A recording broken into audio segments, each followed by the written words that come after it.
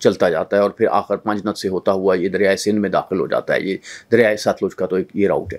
تو اب اس میں بھی پانی بعض اوقات زیادہ آیا ہے، لیکن چونکہ اس دریا کا جو پانی ہے اس کا جو کنٹرول ہے وہ بھارت کے پاس ہے، تو لہٰذا یہاں پانی کتنا آئے گا، کیسے آئے گا، یہ بڑی حد تک بھارت کے کنٹرول میں. اس پہ ہمارے ایک سلام ڈیم ہے، ہیڈ ورکس ہے، اور دوسرا سلمان کی ہیڈ ورکس ہے، وہ ہمارے جو ہیں وہ کام کر. معزز خواتین و حضرات، راوی کو انڈیا ایک بم بنا سکتا ہے. راوی میں وہ اتنا پانی اکٹھا کر سکتا ہے کہ اس سے وہ لاہور کو ڈبو سکتا ہے، اس سے وہ شیخ پورہ کے لیے مسائل پیدا کر سکتا ہے، اس میں اکاڑا ساہیوال ان علاقوں کو زیر آب لا سکتا ہے، ملتان کو خطرہ پہنچا سکتا ہے، خانے وال کو خطرہ پہنچا سکتا ہے. راوی میں وہ اتنا پانی لا سکتا ہے. کیوں لا سکتا ہے میں آپ کے ساتھ شیئر کرتا ہوں. اس میں اس کے 3 ہمیں بڑے جو ڈیم ہیں وہ نظر آتے ہیں. ایک رنجیت ساگر ڈیم ہے، اور یہ بہت بڑا ڈیم ہے، اور اس میں یہ سارے جو ڈیم ہیں یہ پٹھان کوٹ میں ہیں، اور یہ ڈیم جو ہیں یہ کچھ جموں کے علاقوں کو سراب کرتے ہیں، زیادہ یہ پنجاب کے علاقوں کو پانی یہاں سے ملتا ہے. ایک رنجیت ساگر ڈیم ہے، یہ بڑا ڈیم ہے. یہ اس کی جو کیپیسٹی ہے پانی کو سٹور کرنے کی وہ 3.28 کیوبک میٹر ہے، بہت بڑی کیپیسٹی ہے. اس کے بعد ہم دیکھتے ہیں کہ شاہپور کنڈی ایک ڈیم ہے، براج ہے، اس کی بھی بہت بڑی کیپیسٹی ہے. اس کی کیپیسٹی ہے 9.74 ملین کیوبک میٹر. اور اس کے بعد جو بڑا ایک سٹوریج ہے وہ مادھو پور ڈیم ہے.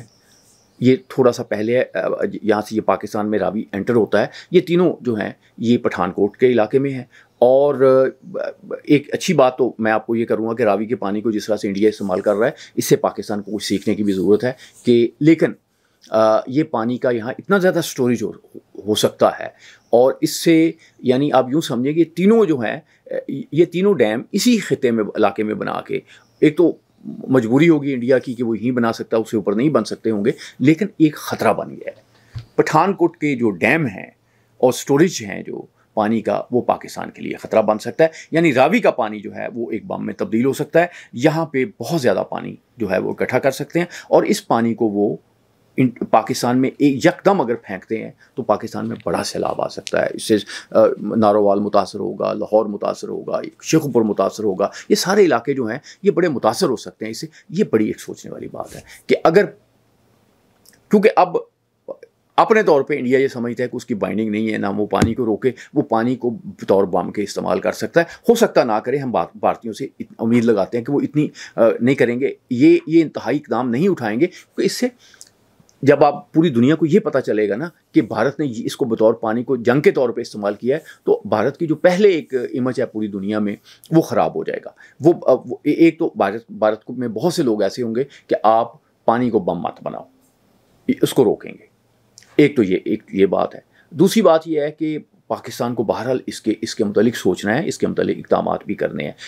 پہلی بات یہ ہے کہ میں آپ کو بتاؤں کہ یہ جو اریگیشن ڈپارٹمنٹ ہے، پہلے یہ ایک فوج کا حصہ ہوا کرتا تھا. اس وقت جب یہ ہمارے یہاں ڈیم بننے شروع ہوئے، پنجاب جو ہے یہاں پہ جب یہ شروع ہوا، یہ 1884 کی میں بات کر رہا ہوں، 90s ارلی کی بات کر رہا ہوں، تو فوج کے ادارے جو تھے وہ اس کو سنبھالتے تھے. یعنی فوج تھا، یہ ایک فوج کا حصہ تھا، اس کا انجینئرنگ ڈپارٹمنٹ کا حصہ تھا.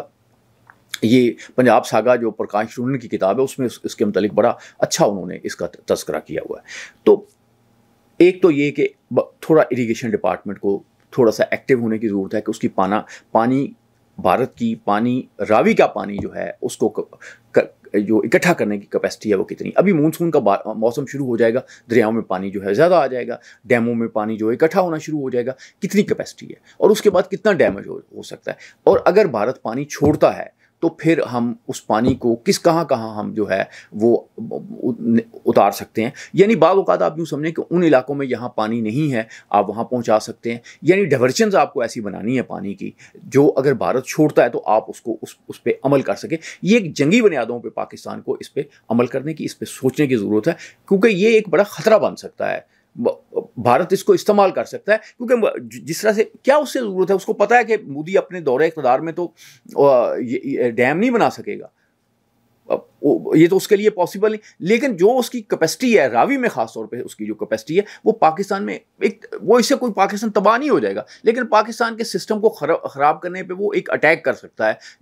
مثلا یہ کہ یہ ابھی جو اس نے آپریشن سندور کیا، بھارت کو بھی پتا تھا کہ اس نے نہیں ایسے کرنا. ابھی بتایا بھی جاتا ہے کہ جی ہمیں تو کہا گیا تھا صرف پاکستان کے جو ٹارگٹ کرنے ہیں، لیکن انہوں نے فوجی ٹارگٹ ایریاز ٹارگٹ کرنے ہیں، لیکن ان کے جو طیارے ہیں انہوں نے غیر فوجی ٹارگٹس بھی کیے ہیں، سیولین ایریاز کو بھی ٹارگٹ کیا ہے. یہ تو بالکل جب یہ جنگ ہوئی تو دکھایا گیا.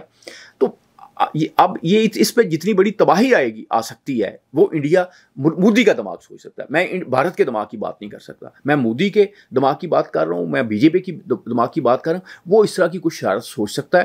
ہمیں اس میں سوچنا ہے کہ کیا اگر ایسا آتا ہے تو کیا جو نہریں ہمارے ہاں آلریڈی موجود ہیں جن میں پانی آتا ہے، کیا وہاں سے ہم پانی کو شفٹ کر سکتے ہیں؟ کیا مختلف جگہوں پہ نہروں کو کہاں سے توڑ کے دریا میں کہاں بریچ کر کے اس طرح سے سسٹم کیے جا سکتے؟ یہ میں اس میں کوئی بات نہیں کر سکتا. اس میں تو محکمہ نہر کے لوگ ہیں، ہمارے یہاں بڑے قابل لوگ ہیں، قابل انجینئر اریگیشن ڈپارٹمنٹ میں.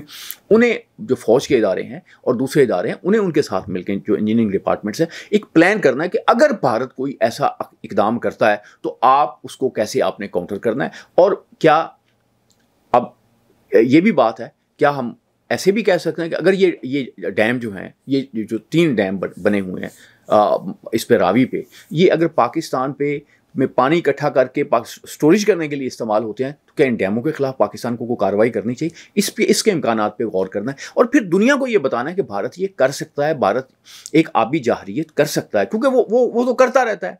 آپ کو الرٹ ہونا ہے، آپ کو بالکل تیار رہنا ہے، کیونکہ میں وہی فوج کے سپاہی کی بات کر رہا ہوں. آپ کے جو پاکستان اور انڈیا کے بارڈر پہ کھڑا ہے وہ آپ کو یہ بتاتا ہے کہ اس کا تجربہ ہے جو اس نے سالوں وہاں زندگی گزاری ہے، وہ آپ کو بتائے گا کہ یہ دشمن جو ہے بڑا کمینہ اور گھٹیا ہے. اور مودی جو ہے وہ تو کمینے اور گھٹیا ہونے کی اعلیٰ ترین مثال ہیں، اور ان کے تو آئیڈیل اسرائیلی ہیں جو اقوام متحدہ کو کہہ رہے ہیں کہ جی ہم تو بڑے جناب بہت با اخلاق لوگ ہیں پلانٹ پہ، اور ہم جو ہے انسانی تہذیب جو ہے اس کو پروٹیکٹ کرنے والے ہیں. مائنڈ سیٹ ان کا یہ ہے.